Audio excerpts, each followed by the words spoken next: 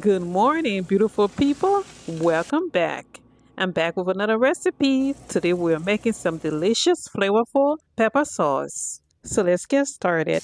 I'm going to introduce the ingredients as we go along. We're going to start with cleaning the smoked fish. Rinse it well because this fish comes very salty. And then we're going to debone it and add it to the food processor.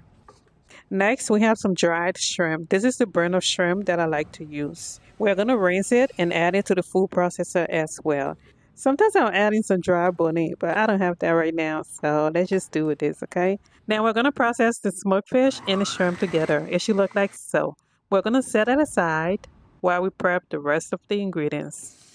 I like to use variety of peppers to add more flavor to my sauce. So the peppers that I'm using today are one yellow bell pepper, one red bell pepper, one orange bell pepper, and one Cuban pepper. These are all sweet peppers.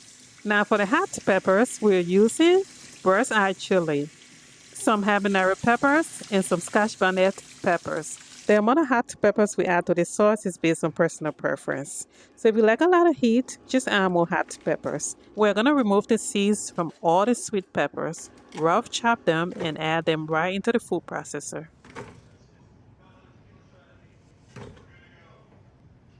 We're going to add in one spring onion out of a bunch. And then we're also going to add in all the hot peppers.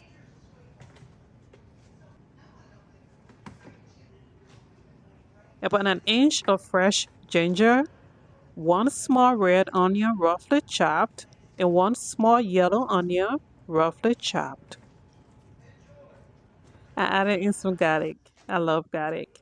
We're going to add in about 2 sprigs of fresh basil. Remove the leaves off the stems. 5 sprigs of fresh thyme. Remove the leaves off the stems. And 2 sprigs of rosemary. Remove the leaves off the stems. Now we're going to process all of that along with the smoked fish and the dried shrimp.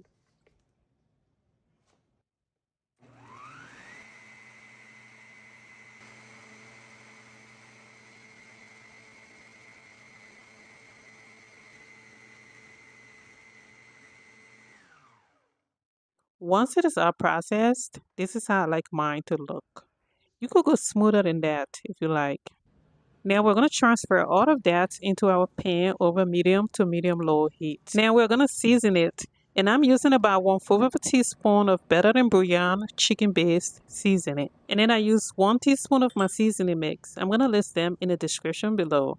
One Maggi cube. And why is it that Maggi cube is so hard to smash?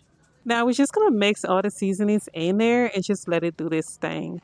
I don't add water at this point. I'm just going to let it cook in its own juices. And then about 30 minutes later, I'm going to come back and add about 1/3 of a cup of water. Now we're just going to keep an eye on it, stirring frequently to make sure it doesn't burn. Once the sauce starts to stick on the bottom of the pan, that's when we know the water's dry and it's time to add the oil. Adding oil of choice and give it a good mix. Now we're going to let it simmer for about 15 to 20 minutes on low heat.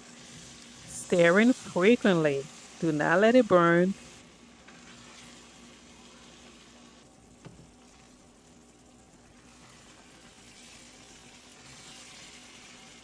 Now look at that.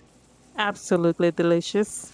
So we let it simmer on low heat for about 20 minutes. Now we're going to turn off the heat and let it cool completely before we transfer it into our mason jars. I'm using mason jars, but any airtight container will do for storing this sauce. This sauce can last in the fridge for about 3 to 4 weeks. Thanks for watching, and I'll catch you guys later.